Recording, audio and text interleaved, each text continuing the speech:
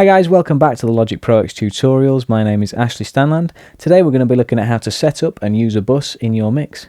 Let's do it.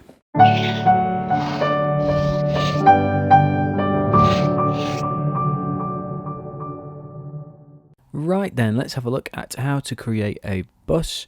We're going to jump straight in. This is a piece of music that I started and didn't finish because I don't think I liked it. It was a long time ago, but it's good enough to show you how to use buses in your mix. Let's have a look. So we're going to go to the mixer to start with. I'm going to look at sends, and then we're just going to drop down, go to bus, and just click bus 1 for now. And then what that's done is brought up an auxiliary channel. So we're going to double click and just rename it to whatever you're going to use it for. So I'm going to put some reverb on it.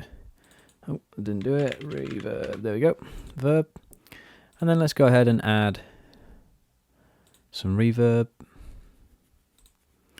Let's go, I don't know, medium space halls. Nice hall. I'm going to move this up a bit so it's quite wet. We're not going to move it to the top. I want to give ourselves some leeway for later on in case you need to make some changes to a whole group of instruments. But I'll explain that shortly.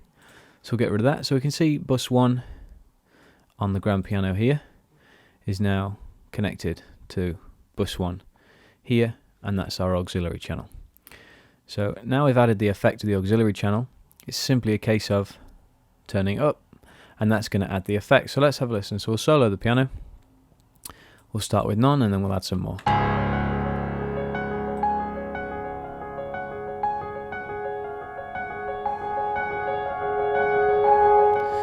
So we can see that was adding the reverb on the more I turn that up.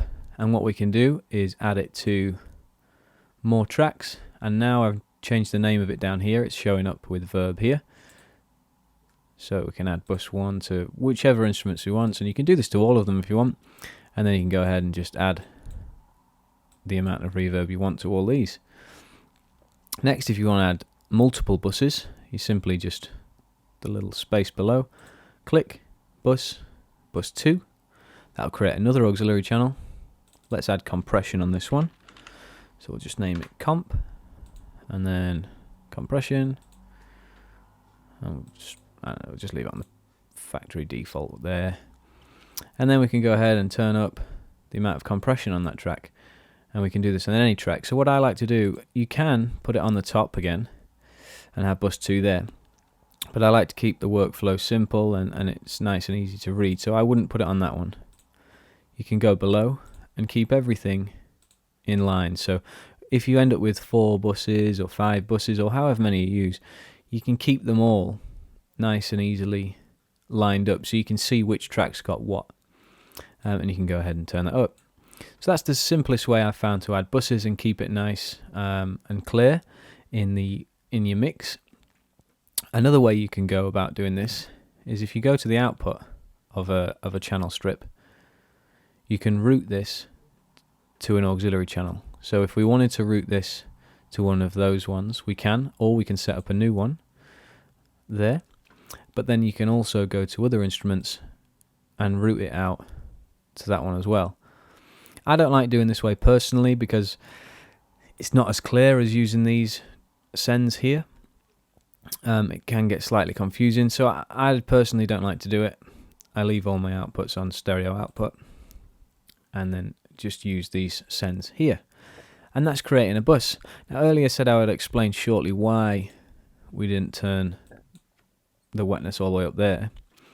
If you want to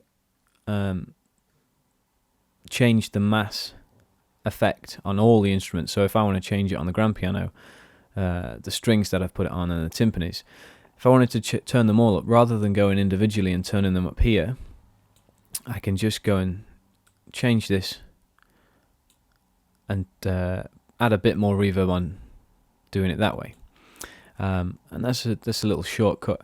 You can do that way if you want and then go ahead and turn them all up, but it could save you some time. In another video I will be explaining all the parameters of reverb. So yeah, go ahead and have a look at that video if you're unsure of what each of these do in the reverb plugins. But that is setting up a bus or routing an output to an auxiliary channel. That's the basics. If you've got any questions, leave them in the comments below. But that's it. Thanks, guys. To help us bring you more content, please support us by subscribing to our channel.